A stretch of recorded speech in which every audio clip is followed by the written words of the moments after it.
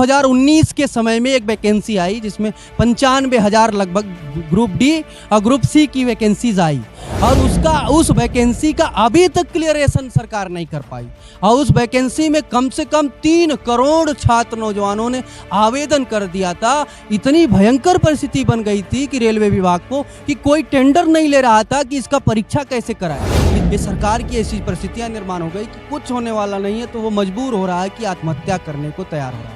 बहुत सारे रिपोर्ट हम लोगों ने आपको बताया। एनसीआरबी की रिपोर्ट 2018 में ये बात पुष्टि की कि हर रोज 38 सुशिक्षित विद्यार्थी आत्महत्या करने को मजबूर हो रहे हैं। अभी वर्ल्ड बैंक की एक रिपोर्ट आई है पेपर में 2-3 दिन पहले। वर्ल्ड बैंक कह रही है कि भारत दुनिया का दूसरे नंबर का देश बना जो घटिया एजुकेशन देता है। लड़ाई हमारी कोई हथियार बंद नहीं है, लड़ाई हमारी कोई बारूद बमबारी से नहीं है। हमारी लड़ाई संवैधानिक दायरे में रह करके लड़ाई है। जो संवैधानिक दायरा है उसी के दायरे में रह करके हम लड़ाई लड़ेंगे। वो चरणबद्ध तरीके से लड़ाई लड़ा जाएगा। उससे कोई धार्मिक संप्रदाय से उससे कोई नुकसान कोई लाभ नहीं मिलता है, मगर वो समस्या में उलझाना चाहती है इसलिए कि हमारा युवा बेरोजगार, जब बेरोजगार रहेगा युवा विद्यार्थी तो उसके पास रोजगार नहीं मिलेगा। जब रोजगार नहीं मिलेगा तो सस्ते में वो मजदूर तैयार होगा। जब साथियों जय भीम, मैं हूं पराग महेंद्र, आप देख रहे हैं नेशनल चौपाल। इस वक्त हम लोग संविधान चौक नागपुर में मौजूद है और आप मेरे पीछे बैनर देख रहे हैं। बेरोजगारों की संसद यहाँ पर कार्यक्रम का आयोजन किया गया है भारतीय बेरोजगार मोर्चा के माध्यम से। यहाँ पर सिद्धार्थ मौर्य साहब हमारे साथ में है, सवाल करेंगे जिन्होंने इस पूरे कार्यक्रम का नेतृत्व किया। क्या आवश्यकता है सर ये कार्यक्रम की, क्यों आपने इस कार्यक्रम का आयोजन किया? सबसे बड़ी समस्या ये है कि बेरोजगारी बढ़ने की वजह से भारतीय विद्यार्थियों में जो हमारा युवा वर्ग है, विद्यार्थी वर्ग है, उनमें एक निराशा भाव पैदा हो गया कि अब हमारा कुछ होने वाला नहीं है। ये सरकार की ऐसी परिस्थितियां निर्माण हो गई कि कुछ होने वाला नहीं है तो वो मजबूर हो रहा है कि आत्महत्या करने को तैयार हो रहा है। बहुत सारे रिपोर्ट हम लोगों ने आपको बताया। एनसीआरबी की रिपोर्ट 2018 में ये बात पुष्टि की कि हर रोज 38 सुशिक्षित विद्यार्थी आत्महत्या करने को मजबूर हो रहे हैं। इसका मतलब कि उनका मनोबल खत्म हो गया है। तो मनोबल खत्म होने की दिशा में आदमी को कोई रास्ता दिखता नहीं है। तो ऐसी परिस्थिति में हम लोगों ने तय किया कि हम सबसे पहले अपने विद्यार्थियों में, युवाओं में, बेरोजगारों में एक आत्म मनोबल बढ़ाने का योजना बनाया जाए। तो आत्मबल बढ़ाने के लिए हम लोगों ने बेरोजगारों का संसद नाम का कार्यक्रम शुरू किया ताकि बेरोजगारों के अंदर ये भावना निर्माण हो कि अब हमें रास्ता एक ही है कि अब लड़ाई लड़ने की ही ज़रूरत है। और कैसे लड़ाई जाएगी, ये लड़ाई कैसे लड़ी जाएगी, क्या बोलेंगे? देखिए, लड़ाई हमारी कोई हथियार बंद नहीं है, लड़ाई हमारी कोई बारूद बमबारी से नहीं है। हमारी लड़ाई संवैधानिक दायरे में रह करके लड़ाई है। जो संवैधानिक दायरा है उसी के दायरे में रह करके हम लड़ाई लड़ेंगे। वो चरणबद्ध तरीके से लड़ाई लड़ा जाएगा।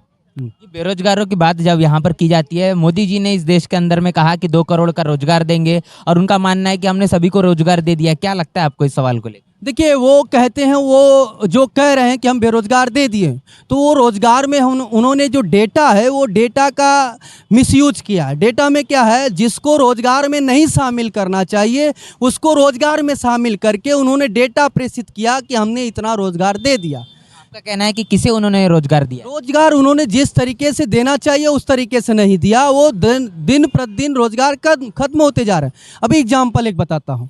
रेलवे डिपार्टमेंट का आज से 2019 के समय में एक वैकेंसी आई जिसमें 95,000 लगभग ग्रुप डी और ग्रुप सी की वैकेंसीज आई और उस वैकेंसी का अभी तक क्लियरेशन सरकार नहीं कर पाई और उस वैकेंसी में कम से कम 3 करोड़ छात्र नौजवानों ने आवेदन कर दिया था। इतनी भयंकर परिस्थिति बन गई थी कि रेलवे विभाग को कि कोई टेंडर नहीं ले रहा था कि इसका परीक्षा कैसे कराए। इतने बड़े पैमाने बेरोजगारी थी।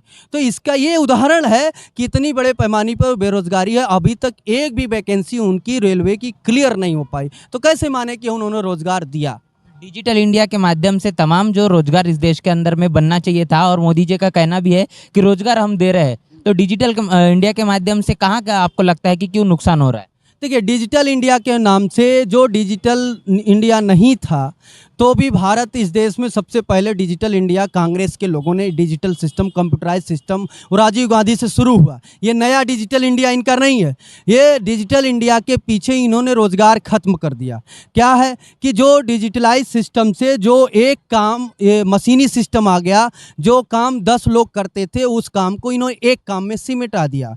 अभी जैसे न्यू एजुकेशन पॉलिसी आ रही है उसमें इनका यही कहना है कि आने वाले समय में हम प्रोफेसरों की नियुक्ति इस तरीके से करेंगे कि एक प्रोफेसर ऐसा इंटेलिजेंट प्रोफेसर होगा कि वो बैठ करके ही सारे देश दुनिया को पढ़ा देगा, मतलब डिजिटल के माध्यम से।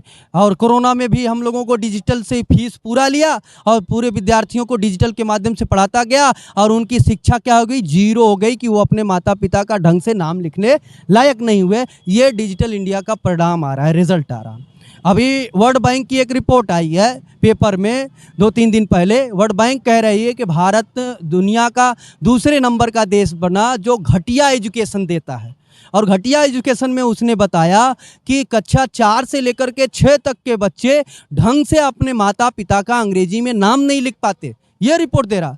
तो ये डिजिटल इंडिया का परिणाम आ रहा है ना। तो ये डिजिटल इंडिया के नाम से रोजगार खत्म होने वाले हैं, रोजगार मिलने वाला नहीं है। पूरे देश में सबसे ज्यादा कौन ग्रसित हो रहा है बेरोजगार, और साथ ही साथ शिक्षा व्यवस्था जिस प्रकार आपने बताया कि घटिया तरीके से भारत के अंदर में सबसे ज्यादा कौन शिकार हो रहा है इसका? देखिए, देश में सबसे ज़्यादा युवा की तादाद इस देश में ज़्यादा है। 37% युवाओं की शक्ति है इस देश में और युवा ही सबसे ज़्यादा इससे प्रभावित हो रहा है। और इस देश में अगर वर्ग के आधार पर किया जाए, वर्ग डिस्ट्रीब्यूशन के आधार पर जो संवैधानिक वर्ग डिस्ट्रीब्यूशन हुआ, SC है, ST है, OBC है, फिर जनरल है, इस तरीके से अगर स्टडी किया जाए तो उसमें SC ST OBC का सबसे बड़ा सत्यानाश इसमें हो रहा है। और जनरल्स लोगों को जो है उसमें शिफ्ट किया जा रहा है। अभी लेटरल एंट्री के नाम से सारे जनरल्स लोगों को शिफ्ट करने का काम उन लोग कर रहे हैं ताकि उनका रोजगारी खत्म हो, रोजगारी का सवाल उनके पास नहीं है। तो सबसे बड़ा रोजगार का सवाल तो हमारे विद्यार्थी युवा बेरोजगार जो SC ST से लगे हुए हैं उनकी है। ये समस्या हो रही है भारत के अंदर में। जिस प्रकार सांप्रदायिक माहौल चल रहा है, उस सांप्रदायिक माहौल के चलते हम देखते हैं कि हिंदू राष्ट्र और राम राज की बात हो रही है, इसमें बेरोजगारी जैसा कोई मुद्दा नजर नहीं आता। क्या बताएंगे? उसकी वजह तो यही है ना कि देश में सरकार मूल मुद्दे से भटकाना चाहती है। वास्तविक जो मुद्दा है उससे भटकाना चाहती है सरकार।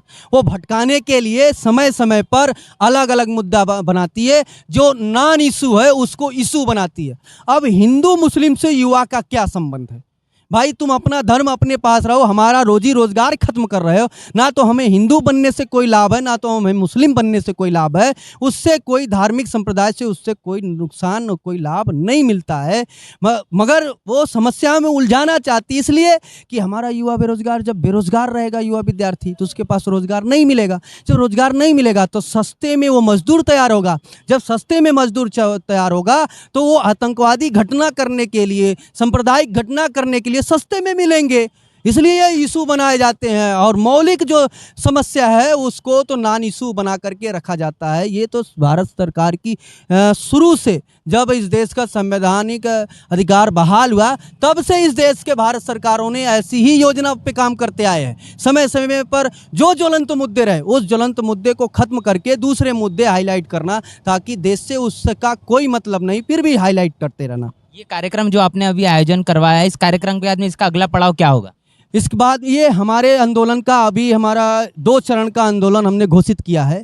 तो ये पहले चरण का ये आंदोलन है एक तरीके से कि हम बेरोजगारों की संसद बुला रहे हैं और संसद में हम बेरोजगारों की बात सुन रहे हैं। उनके प्रश्न, आपने देखा होगा कि हमने प्रश्न भी लिया और उनका डेटा तैयार कर रहे हैं। और डेटा तैयार करके फिर हम दूसरे चरण पर बेरोजगार जोड़ो यात्रा करेंगे। हर शहर में जहाँ जहाँ संसद बुलाई गई है वहीं वहीं हम बेरोजगार जोड़ो यात्रा करेंगे। और यात्रा में वो और इससे बड़ी ताकत में लोग शामिल होंगे, उसकी तैयारी के लिए ये काम हम लोग कर रहे हैं। आखिरी सवाल पूछना चाहूँगा, जिस प्रकार भारत के अंदर में आप जिस कार्यक्रम के माध्यम से पूरे देश के अंदर में काम कर रहे हैं, ऐसे में जहाँ पर हम देखते हैं कि आपने भी अपने भाषण में कहा कि बाबा साहब के माध्यम से शासन करती जमात बनना पड़ेगा। राजनीतिक तौर पर ये चीज़ें जब तक कि नहीं हो पाएगी तब तक कि हमें रोजगार नहीं मिल पाएगा। तो राजनीतिक तौर पर देखें तो कौन सी पार्टी है जो कि आने वाले समय में ये जो रोजगार है, इस समस्याओं को, बेरोजगारी, इस समस्याओं को खत्म करेगी? बीजेपी या कांग्रेस? देखिए, रही बात आपने ऑप्शन 2 ही का दिया, बीजेपी या कांग्रेस, और बीजेपी कांग्रेस मिल करके ही सत्यानाश किए, तो हमारा ये दोनों ऑप्शन कुछ नहीं है। इस पर हमें सोचना ही नहीं कि हमारे दोनों ऑप्शन भविष्य के बन सकते हैं, बल्कि हम युवाओं बेरोजगारों का ऐसा प्रेशर ग्रुप बना रहे हैं कि भविष्य में अगर किसी की सरकार बने, हम सरकार बनाने में नहीं शामिल होंगे, मगर किसी की सरकार बने तो हमारे मुद्दे से बने। अगर हमारे मुद्दे से सरकार बनेगी तो हम समर्थन करेंगे, और हमारे मुद्दे से अगर पूरा नहीं करेगी सरकार तो उसको गिराने की भी ताकत निर्माण करेंगे। ऐसी ताकत पर हम लोग काम कर रहे हैं, हम किसी विशेष पार्टी पर अभी योजना पर काम नहीं कर रहे हैं। बहुत बहुत शुक्रिया। यहाँ पर हमने सीधी बातचीत की सिद्धार्थ मौर्य सर से, जिन्होंने इस देश के अंदर में बेरोजगार को लेकर, बेरोजगारी के जो मुद्दे हैं इनको लेकर हमने उनसे सीधे सवाल किए। आज के इस कार्यक्रम को लेकर, इस बातचीत को लेकर क्या आपका मानना है, आपकी जो राय है कमेंट बॉक्स में हमें जरूर बताएं। बने रहे नेशनल चौपाल के साथ, तब तक के लिए जय भीम, जय भारत। बहुजन विचारधारा को घर घर तक पहुंचाने के लिए हमारे YouTube चैनल को सब्सक्राइब करें, लाइक करें, कमेंट करें, शेयर करें और बेल आइकन की घंटी दबाना ना भूलें।